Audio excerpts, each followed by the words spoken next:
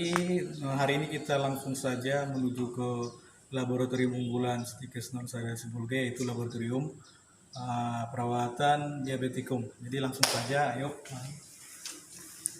Jadi di sini ada laboratorium unggulan S1 keperawatan, itu tentang perawatan luka diabetes.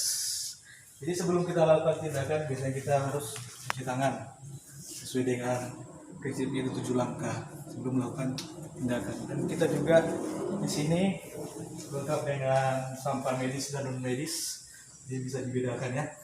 Jadi langsung saja sebelum kita mengenal jenis-jenis luka, karena memang produk unggulan dari laboratorium itu jenis luka diabetes, kita harus mengenal juga beberapa jenis luka yang ada di lab ini.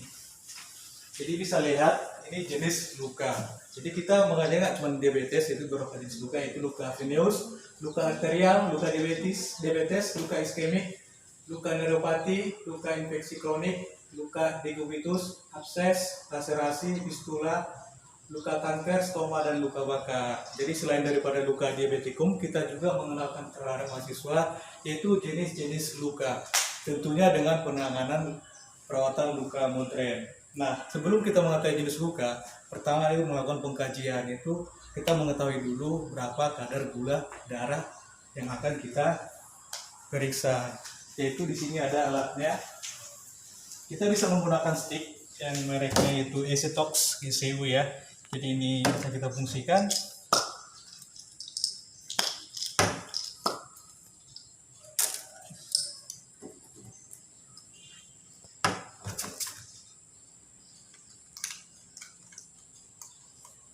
Jadi fungsi alat ini untuk memastikan berapa KGD-nya, supaya kita bisa mengetahui bahwasannya berapa gula darah si pasiennya, biar bisa kita pastikan apakah dia penyakit diabetes.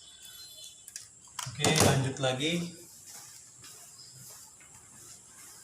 Nah, sebelum kita melakukan tindakan, kita harus biasanya menyiapkan yaitu berupa perlap untuk tampungan daripada contohnya terjadinya pendarahan saat kita membuka balutan atau melakukan debridemennya. Jadi, nah di sini juga kita menggunakan sabun pencuci luka. Biasanya kita menggunakan sabun pencuci luka modern.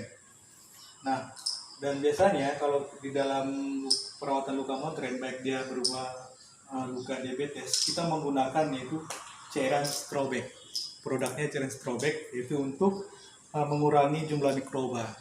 Jadi memang konsep dari perawatan luka itu yaitu moist on healing, artinya konsepnya lembab, makanya kita menggunakan cairan Strobeck.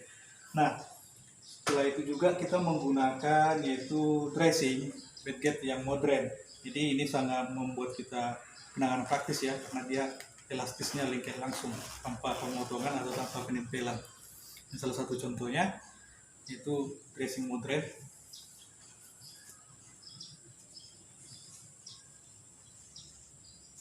Nah, untuk luka diabetes juga kita menggunakan sebenarnya hidrogel, yaitu untuk fungsinya pengangkatan jaringan atau nekrotik. Jadi kita menggunakan hidrogel.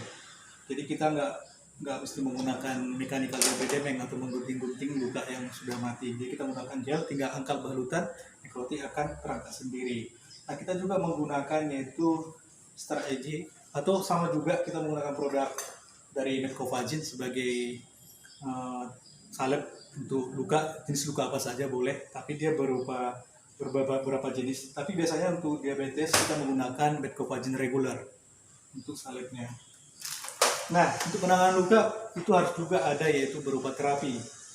Itu kita memastikan apabila memang terjadi di luka, lokasinya ibaratnya di dekat pembuluh darah arteri, kita menggunakan Doppler memastikan apakah memang denyut dari arteri itu masih berfungsi. Jadi kita gunakan juga Doppler sebagai pemeriksaannya.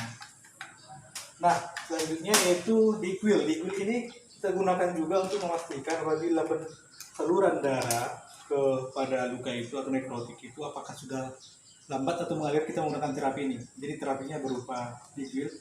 Ini terapinya seperti ada tekanan listrik di dalamnya. Jadi untuk terapi juga kita gunakan yaitu terapi ozon. Terapi ozon ini untuk menetralisir kuman di lingkungan dari luka tersebut. Nah, dan biasanya kita kombinasikan dengan yaitu inframerah untuk terapi ojol pada luka.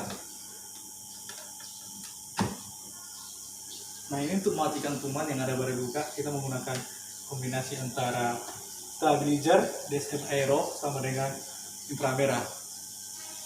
Dia dimasukkan ke luka melalui selang MGP ini ya. Jadi ini untuk netralisir dari kumannya. Oke, selanjutnya yaitu kita menggunakan juga kasa steril. Kasa steril ini bisa juga untuk perawatan konvensional, dan kemudian kita masih menggunakan ini sebagai pembersihan pada luka. Baik, mungkin itu saja yang bisa saya jelaskan. Untuk perbedaan dari luka konvensional, perawatan luka konvensional dan modern itu sangat berbeda, mulai dari terapi dan alatnya. Jadi untuk alat seperti bengkok kita harus menggunakan juga ya, Nerbaken tetap menggunakan, cuman terapinya agak berbeda. Terima kasih.